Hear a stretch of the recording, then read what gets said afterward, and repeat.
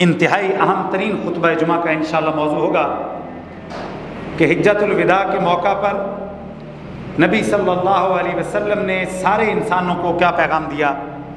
میں اللہ سے دعا کرتا ہوں اللہ رب العزت ہمیں اس پیغام کو سمجھ کر ہر گھر گھر تک پہنچانے کی توفیق نصیب فرما دے۔ میرے بھائیوں، میری بہنوں،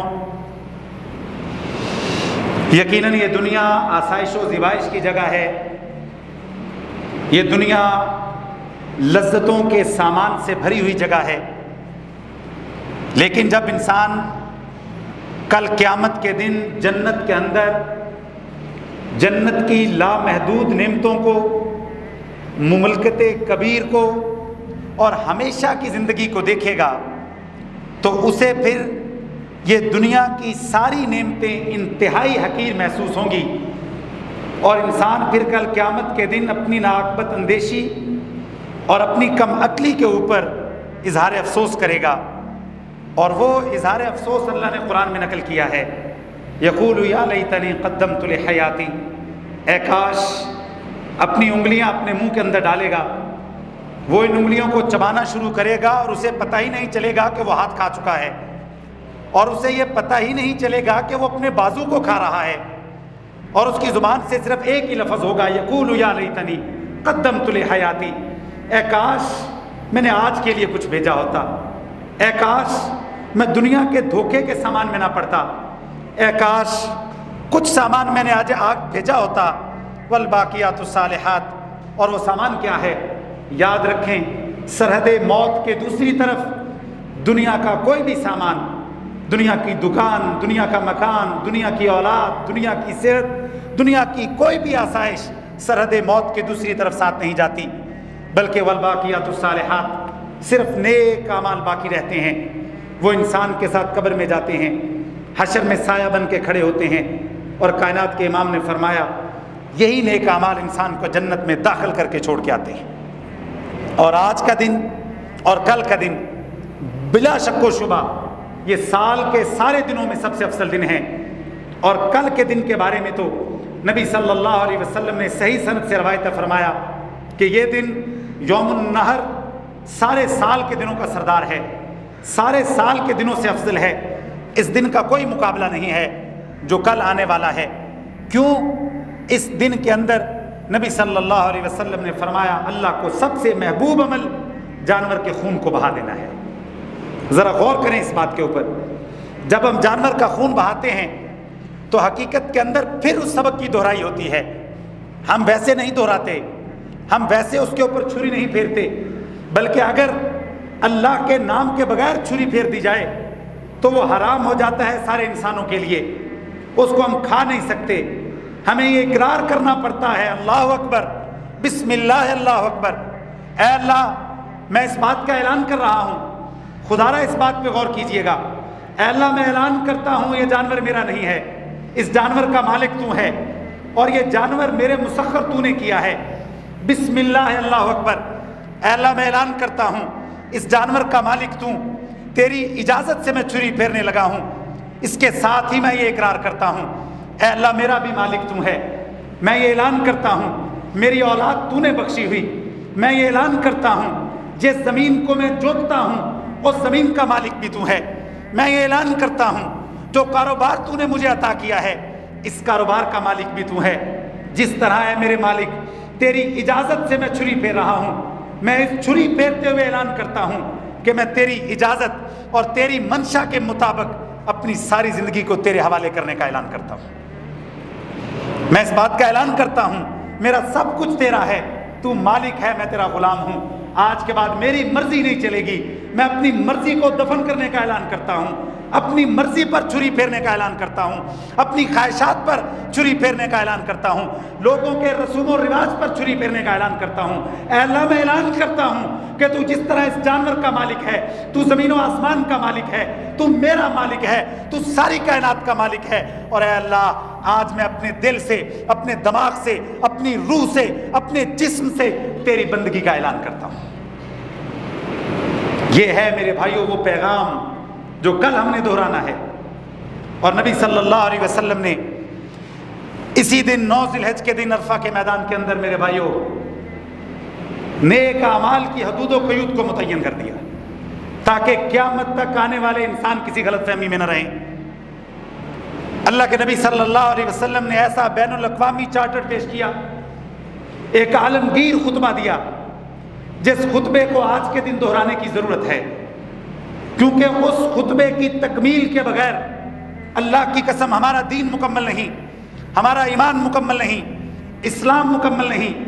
اور جس انسان نے اس خطبے کی بنیادی باتوں کو نہ سمجھا، اللہ کو اس کی کسی عبادت کی ضرورت نہیں۔ اور یہ بڑا خوبصورت خطبہ ہے۔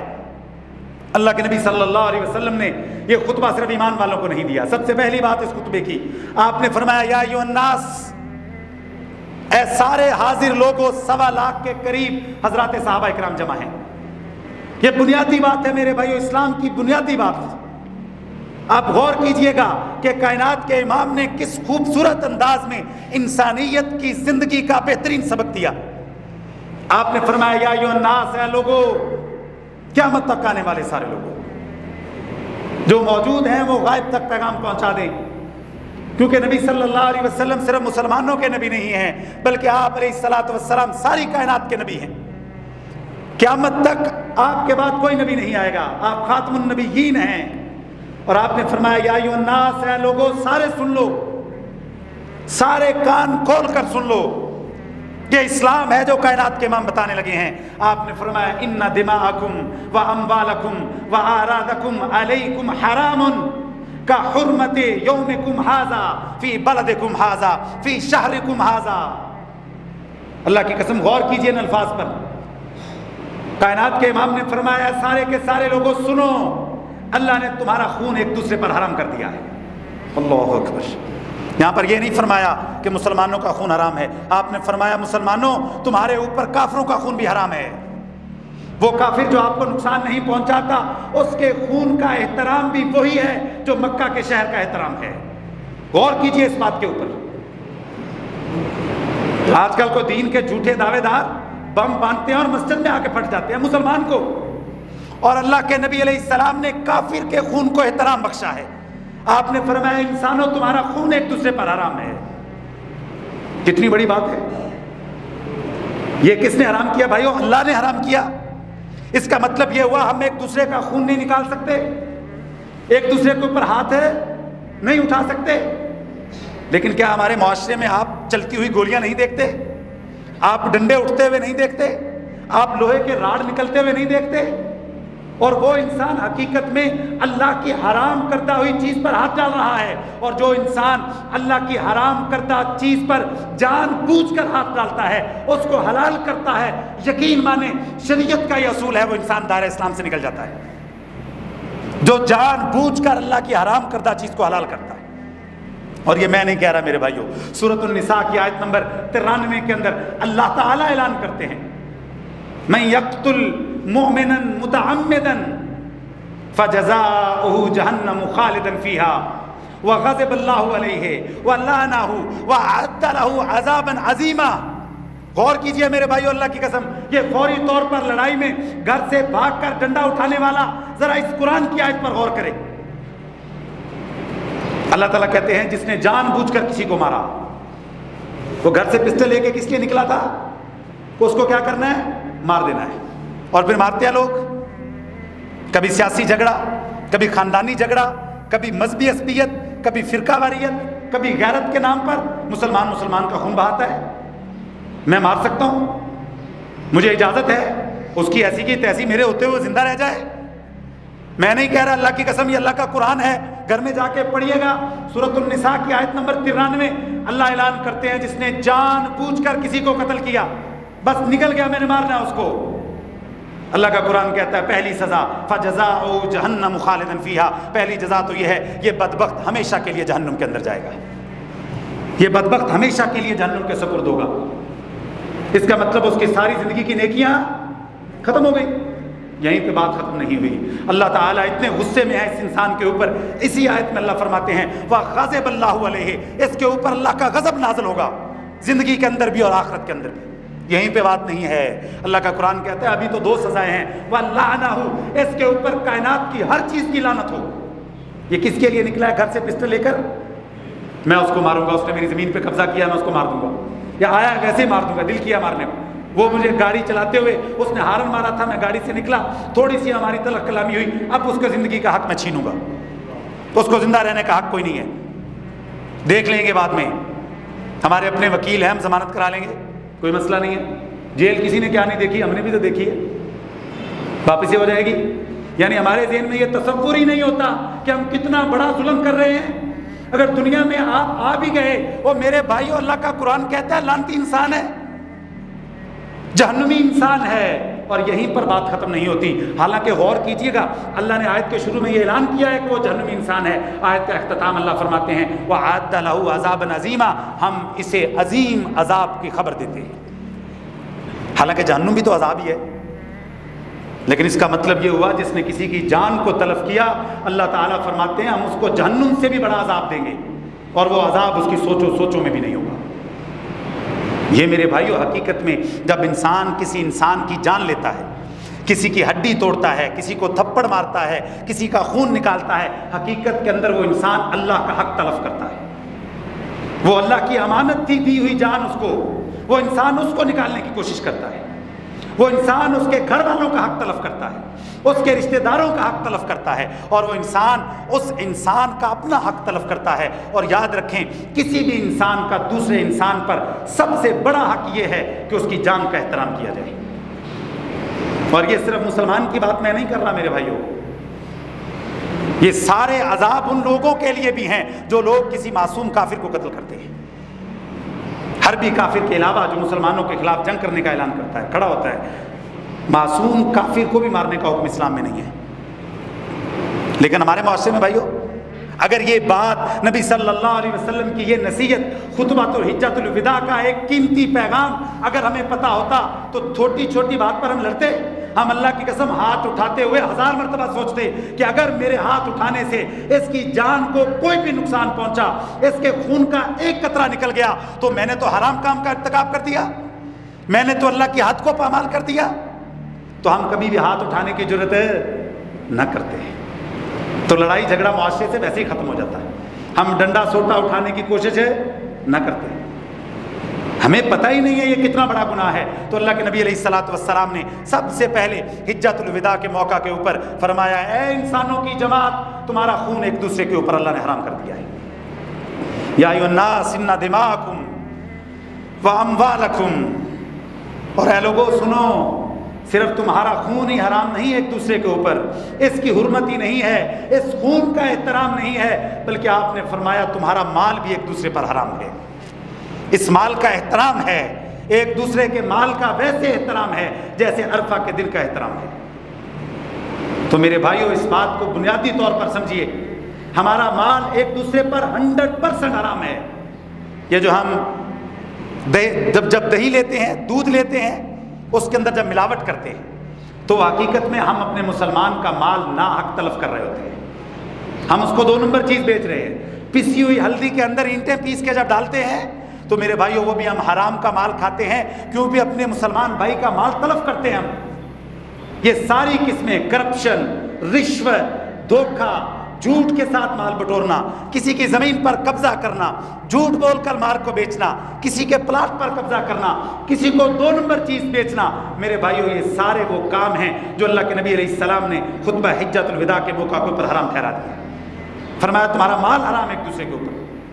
اور میرے بھائیو، اگر یہ والا پیغام آج ہمارا معاشرہ سمجھ لے کہ بھئی جان بھی ایک دوسرے پر حرام، مال بھی ایک دوسرے کے اوپر حرام، تو کیا ہمارے معاشرے کے اندر یہ بے چینی ہوگی، یہ اضطراب ہوگا؟ آج مسئلہ ہی بنیادی طور پر یہ ہے کہ ہم نے اسلام کا بنیادی فلسفہ نہیں سمجھا. اسی وجہ سے ہر بندہ لڑنے کو تیار، ہر بندے کی گاڑی میں ڈنڈا ہے، ہر بندے کی گھر کے اندر اسلحہ ہے، بس کوئی چھیڑے سے ہی وہ اپنی حد الوسع کوشش کرتا ہے میں جتنا بدلہ لے سکوں. یقین مانے ہم میں سے کوئی بھی اس بنیاد پر پیچھے نہیں ہٹتا کہ بھئی اگر میری وجہ سے اس کا خون بہہ گیا تو میرے اوپر حرام ہے، میرے اوپر لعنت ہے، میں نے اس کے اوپر ہاتھ اٹھایا تو میرے اوپر لعنت ہے. یہ سوچ کر ہم پیچھے نہیں ہٹتے. ہاں بدلہ نہ لیا جا سکے، وہ بھاگ جائے یا آگے سے مقابلے کا ہو تو پھر ہم چپ ہو جاتے ہیں، لیکن ہم یقین مانے میرے بھائیوں، اللہ کے ڈر کی وجہ سے جھگڑا نہیں چھوڑتے. کہ نہیں بھائی میں نہیں لڑتا، اگر مجھ سے کچھ ہو گیا۔ اور میرے بھائیو یاد رکھیں، دفاع کے اندر بھی کسی کو مارنا جائز نہیں ہے، یہ بات غور سے سنیے گا۔ اکثر لوگ ذہن میں یہ جسٹیفائی کرتے ہیں بھائی وہ یہاں پہ آیا تھا میں نے اس وجہ سے مار دیا، نہیں، دفاع کے اندر بھی آپ نے اس حد تک کوشش کرنی ہے کہ اس کی جان نہ جائے۔ ہاں اگر اس کے باوجود اس کی جان چلی جائے پھر علیحدہ مسئلہ ہے، لیکن آپ نے دفاع میں بھی حملہ اس نیت سے نہیں کرنا کہ بھئی میں اس کی جان لے لوں گا۔ اگر پھر بھی غلطی سے جان لے لی گئی پھر اس کا علیحدہ جرم ہے۔ تو میرے بھائیوں کسی بھی صورت کے اندر شریعت آپ کو کسی مسلمان کی جان لینے کی، اس کے اوپر ہاتھ اٹھانے کی اجازت نہیں دیتی۔ آپ کے پاس قانون موجود ہے، قانون کے پاس جائیں۔ کیوں؟ اگر آپ نے اس کو قتل کر دیا جان بوجھ کر، پھر تو دنیا و آخرت میں رسوائی اور ذلت ہے، دیت دینی پڑے گی۔ اگر آپ سے قصدن ہوا پھر بھی دیت دینی پڑے گی۔ تو میرے بھائیوں سب سے پہلے جان حرام، مال حرام، اور کائنات کے امام نے فرمایا یا ایھا الناس ان دماءکم واموالکم واعراضکم علیکم حرام۔ آپ نے فرمایا لوگوں تمہاری عزتیں بھی ایک دوسرے پر حرام ہیں۔ ذرا غور کریں میرے بھائیوں، ایک دوسرے کی عزت کو اچھالنا تو ہمارا پسندیدہ مشغلہ ہے، بلکہ اس بندے کو بڑا ماہر سمجھا جاتا ہے جو بندہ بڑی تفصیل سے کسی کی شخصیت کو بیان کرتا ہے۔ بھئی میں نے اس کے ساتھ وقت گزارا ہے، مجھے پتا ہے وہ اندر سے کیسے ہے۔ یہ آپ نے اکثر سنا ہوگا۔ اگر وہ گناہ اس کے اندر موجود ہے آپ پھر بھی غیبت کے مرتکب ہوئے، اور اگر وہ گناہ اس کے اندر موجود نہیں ہے تو پھر تو آپ تہمت کے مرتکب ہو گئے، پھر تو گناہ کبیرہ کے مرتکب ہو گئے۔ اور غیبت میرے بھائیوں صرف ایسے ہے جیسے آپ نے اپنے مردہ بھائی کا گوشت کھا لیا۔ اللہ کے نبی نے عزتوں کو بھی حرام ٹھہرایا ہے۔ اور میرے بھائیوں یہ عزت اتنی بڑی بات ہے، غیبت کرنا، تہمت لگانا، کسی کو گالی دینا، کسی کو بے عزت کرنا، کسی کو چھوٹے ہونے کا احساس دلانا، کسی بھی طریقے سے کسی کی عزت پر حملہ کرنا، اللہ کے نبی علیہ الصلوۃ والسلام نے حرام ٹھہرانے کے ساتھ ساتھ آپ بیت اللہ کا طواف کر رہے ہیں، آپ نے خانہ کعبہ کی طرف دیکھ کر کہا اے بیت اللہ تیری بڑی عزت ہے، لاکھوں لوگ تیری طرف منہ کر کے نماز پڑھتے ہیں، لاکھوں لوگ طواف کرتے ہیں، لیکن اے بیت اللہ یاد رکھنا تیری عزت ایک مسلمان کی عزت سے زیادہ نہیں ہے۔ ایک مسلمان کی عزت بیت اللہ سے بھی زیادہ ہے میرے بھائی۔ اور ہم کو ماڑا بندہ کو کر کے دیکھے غلطی،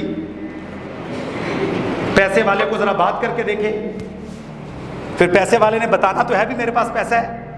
حقیقت میں ہمارا پیسے بتانے کا رویہ بھی عجیب ہے، جو جتنا بڑا بدماش وہ ظاہر کرتا ہے میرے پاس اتنا بڑا پیسہ، حالانکہ اسلام کے اندر ایسا تصور ہی نہیں ہے۔ اسلام کا تصور یہ ہے کہ تمہارے پاس جتنا بڑا پیسہ تم اتنی بڑی قربانی کرو گے۔ کیا بات کی میں نے؟ بڑی غور طلب بات ہے بھائیو، یہ سنت بھی ہم نے موقوف کر دی اپنے معاشرے میں۔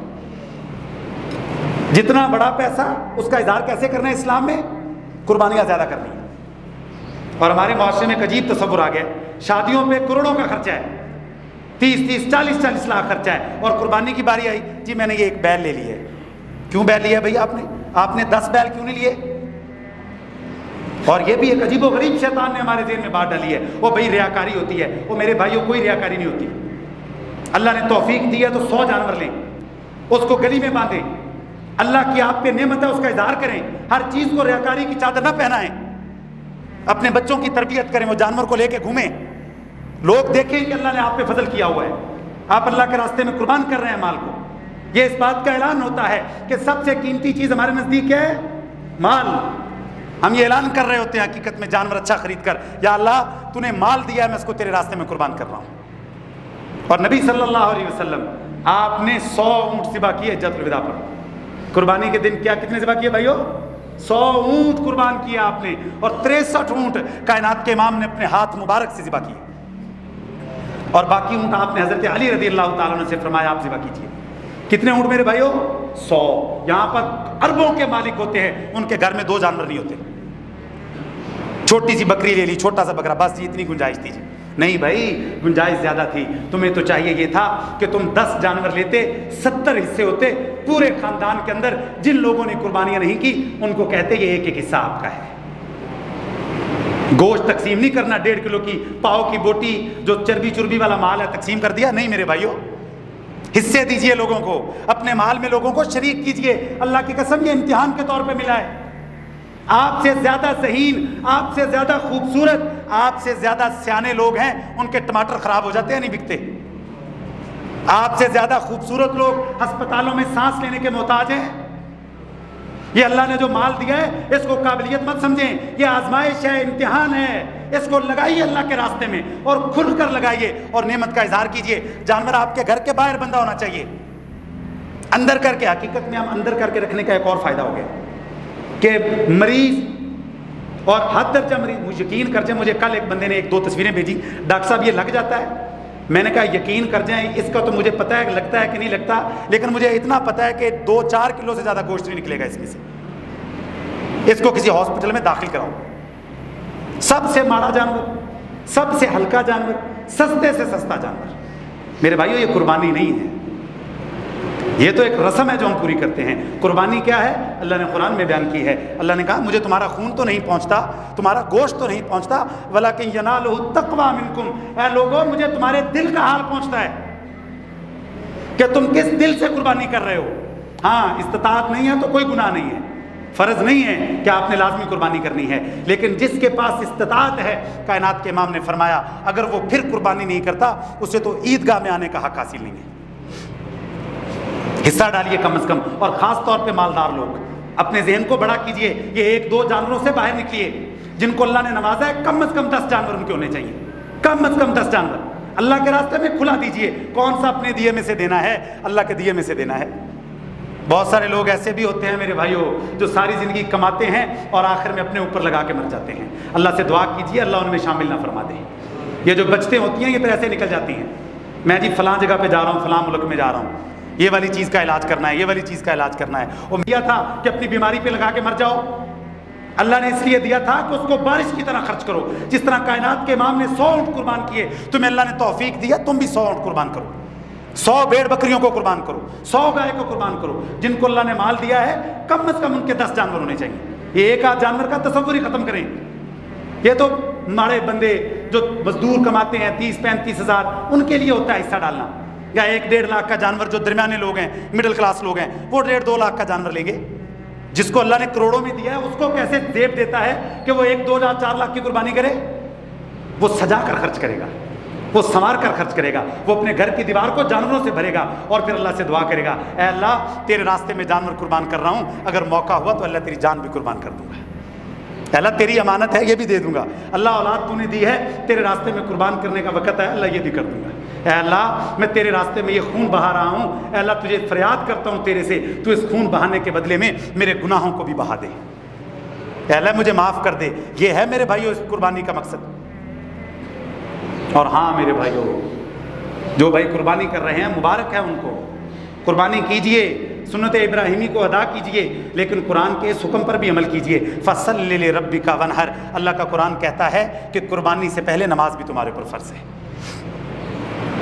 قربانی اس نیت سے بھی نہیں کرنی کہ لوگ کہیں کہ بھائی میں اب اتنا بھی نہیں کہ قربانی بھی نہ کروں، نہیں میرے بھائیو، قربانی اس نیت کے ساتھ کیجئے کہ اے اللہ میں اپنی خواہشات کو قربان کرنے کا اعلان کرتا ہوں۔ تو خواہشات میں سب سے پہلے جو شیطان گمراہ کرتا ہے وہ انسان کو اللہ کے آگے جھکنے سے روکتا ہے۔ فَصَلِّ لِرَبِّكَ وَانْحَرْ، اللہ تعالیٰ قرآن میں قربانی کا ایک سبق بیان کر رہے ہیں کہ اے لوگو جو قربانی کی نیت کر رہے ہو اس بات کی نیت بھی کرو کہ 5 وقت اللہ کے آگے جھکو گے، اللہ کے آگے اپنی گردن کو جھکاؤ گے۔ تو نماز کی پابندی لازم ہے، نماز بہت ضروری ہے، بے نماز بندے کا تو یقین کر جائے کیا دین ہے۔ اللہ کے نبی علیہ السلام نے فرمایا من ترک الصلاۃ متعمدا فقد کفر، جس نے جان بوجھ کر نماز چھوڑی اس نے کیا کیا؟ کفر کر دیا۔ تو جو کفر کر رہا ہے اس کی قربانی کا کیا فائدہ؟ وہ تو ویسے ہی کفر کے درجے میں داخل ہو چکا ہے۔ کوئی مسئلہ نہیں میرے بھائیوں، اگر غفلت ہو چکی، اللہ کی قسم سب سے بڑا جو دین کا خوبصورت پہلو ہے، سب سے خوبصورت پہلو دین کا یہ ہے کہ اگر آپ نے آج تک کمی کوتاہی کی ہے، آپ نے لوگوں کی عزتوں پہ حملہ کیا، لوگوں کی جانوں پہ حملہ کیا، لوگوں کے مال پہ حملہ کیا، آپ نے کنجوسی کی، آج اللہ سے توبہ کر لیجیے، آج اللہ کے آگے توبہ کا اعلان کیجیے۔ آج کا دن میرے بھائیوں اللہ تعالیٰ معاف کرنے والا آج کا دن ہے۔ اللہ آج کے دن سب سے زیادہ لوگوں کو جہنم سے آزاد کرتے ہیں۔ لیکن اللہ تعالیٰ کہتے ہیں اگر تم یہ یقین رکھتے ہو کہ میں ہی تمہاری بگڑی بنانے والا ہوں، میں ہی مالک ہوں، میں ہی غموں کا مداوع کرنے والا ہوں، میں ہی بیماریوں کو شفاؤں میں بدلنے والا ہوں، تو آدم کے بیٹے فَلْيَسْتَجِيبُوا لِي، تو تمہارے اوپر حق ہے میرا کہ میری بات کو مانو۔ ہمارا اللہ کے ساتھ تعلق میرے بھائیوں جو ہے نا، حقیقت میں وہ تعلق بھی لالچ کا ہے۔ ہم اللہ کے ساتھ لالچ کا تعلق رکھتے ہیں، بس یہ کام میں اس وجہ سے کر رہا ہوں تاکہ میرا یہ کام ہو جائے، میں یہ کام اس لیے کر رہا ہوں، اے اللہ میرا اس وجہ سے یہ کام کر دے، اور صرف اگر وہ کام نہ ہوا پھر ہم اللہ سے معاذ اللہ مایوس ہونا شروع ہو جاتے ہیں۔ اللہ کی عبادت اس وجہ سے کرنی ہے کیونکہ ہمیں پیدا عبادت کے لیے کیا گیا ہے۔ اللہ کی عبادت اس وجہ سے کرنی ہے کیونکہ وہ حق رکھتا ہے کہ ہم اس کے آگے گردن کو جھکائیں۔ اللہ کی عبادت خواہشات کی بنیاد پر نہیں کرنی۔ تو اس حجۃ الوداع کا بہت بڑا پیغام میرے بھائیوں یہ ہے کہ ہم نے لوگوں کی عزتوں کی حفاظت کرنی ہے، ان کا احترام کرنا ہے، ان کی جان کا احترام کرنا ہے، ان کے مال کا احترام کرنا ہے، اور ہم نے اس قربانی کے دن بہترین سے بہترین جانور اللہ کے آگے ذبح کرنے ہیں۔ اور ہاں میرے بھائیوں، جب جانور خریدنا ہے، بہت بڑی غلطی لوگ کرتے ہیں، یہ حدود و قیود ہیں، یہ جو اسلام کے احکامات ہیں نا بھائیوں، یہ تمام جان مال حرام، عزت حرام، قربانی خوبصورت سے خوبصورت کرنی، قربانی سے پہلے نماز کی پابندی کرنی، حقیقت میں یہ اللہ کی حدیں ہیں۔ یہ کیا ہے بھائیو؟ اللہ کی حدیں ہیں، یہ باؤنڈری ہے جو اللہ تعالیٰ نے لگائی ہوئی ہے، اس باؤنڈری سے باہر نہیں جانا۔ بالکل اسی طرح اللہ تعالیٰ نے قربانی کے جانور کے لیے یہ شرط رکھی ہے کہ قربانی کا جانور 2 دانت والا ہونا چاہیے۔ کتنا ہونا چاہیے؟ 2 دانت والا ہونا چاہیے، دوندا جسے کہتے ہیں۔ آپ کو مارکیٹ میں آپ چلے جائیں، میں بھی گیا ہوں پچھلے دنوں منڈیوں میں، ہر بندہ بس سر پہ قرآن لے کے بیٹھا ہوا ہے، بس یہ پورے 2 سال کا ہے، یہ پورے 2.5 سال کا ہے، یہ پورے 1 سال کا ہے۔ وہ اگر یہ کہے نا کہ یہ 200 سال کا ہے، کتنے سال کا ہے، پھر بھی اس کی بات نہیں ماننی۔ بھائی مجھے نہیں پتا کہ 1000 سال کا ہے یا یہ 6 مہینے کا ہے، یہ 2 دانت والا ہے یا نہیں ہے، قربانی اس بنیاد پر ہوگی۔ اور یاد رکھیں یہ سنت ابراہیمی ہے، یہ خون کا بہانا پورے سال میں سب سے افضل عمل ہوگا جب آپ چھری خود پھیریں گے، اور کوشش کریں چھری خود پھیریں۔ پتہ نہیں وہ میرا کسائی بھائی نماز بھی پڑھتا ہے کہ نہیں پڑھتا، قربانی ہے، بسم اللہ اللہ اکبر پڑھ کے چھری خود پھیریں، اس سے آپ کو اللہ کے مالک ہونے کا احساس آئے گا، آپ کو اپنے چھوٹے ہونے کا احساس آئے گا، اور یقین مانیں اگر اللہ نہ چاہے تو ہم اس بیل کو قابو نہیں کر سکتے۔ ہم شیر کو قابو کر سکتے ہیں؟ شیر بڑا ہوتا ہے کہ بیل؟ بیل بڑا ہوتا ہے بھائی۔ تو جب ہم بھینس کو قابو کرتے ہیں نا، گائے کو قابو کرتے ہیں، تو اللہ کے فضل سے کرتے ہیں۔ تو حقیقت میں وہ ذبح کرتے ہوئے یہ جذبہ ذہن کے اندر آتا ہے، یا اللہ میں خواہشات قربان کر رہا ہوں، یا اللہ تیرے راستے میں مال قربان کر رہا ہوں، یا اللہ میں غلام ہونے کا اقرار کرتا ہوں، یا اللہ تم مالک ہے اس بات کا اقرار کرتا ہوں، یا اللہ چھوٹے ہونے کا اقرار کرتا ہوں، یا اللہ فقیر ہونے کا اعلان کرتا ہوں، یا اللہ تیرے در کا منگتا ہونے کا اعلان کرتا ہوں، یا اللہ میری جھولی کو بھر دیجئے، یا اللہ خون بہنے لگا ہے، یا اللہ میرے گناہوں کو بہا دیجئے، یا اللہ خون بہنے والا ہے، یا اللہ نیکیوں کو بڑھا دیجئے، یا اللہ خون بہنے والا ہے، میرے بڑوں تک اجر پہنچا دیجئے، یا اللہ خون بہنے والا ہے، یا اللہ آج ساری امت کے لیے رحمت اور فضل کا فیصلہ فرما دیجئے۔ اس نیت کے ساتھ چھری پھیرنی، خود چھری پھیرنی ہے بھائیوں، اور 2 دانت والا جانور، ہر صورت میں 2 دانت والا، قربانیوں کو ضائع نہیں کرنا۔ اور ہم ہر مسئلے میں میرے بھائیوں اختلافی باتوں میں نہیں پڑھتے، کسی بات میں بھی اختلافی باتوں میں، یہ جو مختلف مسائل کے اندر حکمت کی بات ہوتی ہے یہ اللہ کی نعمت ہوتی ہے۔ کوشش کریں کہ قربانی گائے کی کریں، بچڑے کی کریں، بکری کی کریں، بھیڑ کی کریں، مجبوری کی حالت میں بھینس کرنا بھی جائز ہے، یعنی وہ جانور پہلے کریں جن کی افضلیت ہے، جن کا ذکر ہوا ہے۔ بھینس کی قربانی بھی جائز ہے، لیکن اس صورت میں کریں جب کوئی جانور باقی نہ ملے۔ لازمی تو نہیں ہے کہ سارے جانور کھڑے ہیں اور آپ نے جا کے بھینس لینی ہے۔ بھینس کی خوبصورتی میں بھی فرق ہوتا ہے، گائے بکرا یہ ذرا خوبصورت جانور ہیں، اور جن کو اللہ نے استطاعت دی ہے، میں پھر گزارش کرتا ہوں کم از کم 10 قربانیاں کریں، اور جن کے گھروں میں قربانیاں نہیں ہیں میرے بھائیوں، 1.5 کلو گوشت جو ہے نا وہ نہ بھیجیں ان کے گھروں میں۔ آخری گزارش ہے بھائیوں، یہ جو طریقہ ہے نا، اس نے بھی قربانی کی اور اس نے بھی قربانی کی، اس نے اس کے گھر میں بھیجا، اس نے شام کو پتہ چلا کہ دونوں کے گھر میں پورا گوشت ہے۔ ایسے ہوتا ہے بھائیوں کہ نہیں ہوتا؟ جس نے قربانی کیا اس کے گھر میں گوشت ہے بالکل نہیں بھیجنا۔ کیا بات کی میں نے؟ جس نے قربانی کیا اس کے گھر میں گوشت بدل ہے، کیونکہ ہم نے ایسٹیمیٹ لگایا ہوتا ہے کہ میرے جانور کا گوشت کتنا ہے، 30 کلو، ہمارا ٹارگٹ ہوتا ہے کہ شام تک 30 کلو ہمارا پورا ہو۔ تو اس وجہ سے کسی کے گھر میں گوشت نہیں بھیجنا جس نے قربانی کی ہوئی ہے۔ گوشت پہلے ان کے گھروں میں بھیجنا ہے جنہوں نے نہیں کی ہوئی، ہاں اس کے بعد اگر بچ گیا پھر رشتہ داری ہے، اور رشتہ داری جو عید کے دن آپ نے بھگتانی ہے باقی پورا سال بھی بھگتایا کریں۔ رشتہ داروں سے پہلے غریب رشتہ دار، غریب محلے دار اور جن کو اللہ نے استطاعت دی ہے، میں پھر گزارش کرتا ہوں کہ ان لوگوں کے حصے مقرر کر دیں۔ اللہ کی قسم اللہ رزق کی بارش نازل کر دے گا۔ میں اللہ سے دعا کرتا ہوں جس طرح ہم یہاں پر اکٹھے ہیں اللہ ہمیں اپنی جنتوں میں بھی اکٹھا فرما دے۔ وما علینا الا البلاغ المبین۔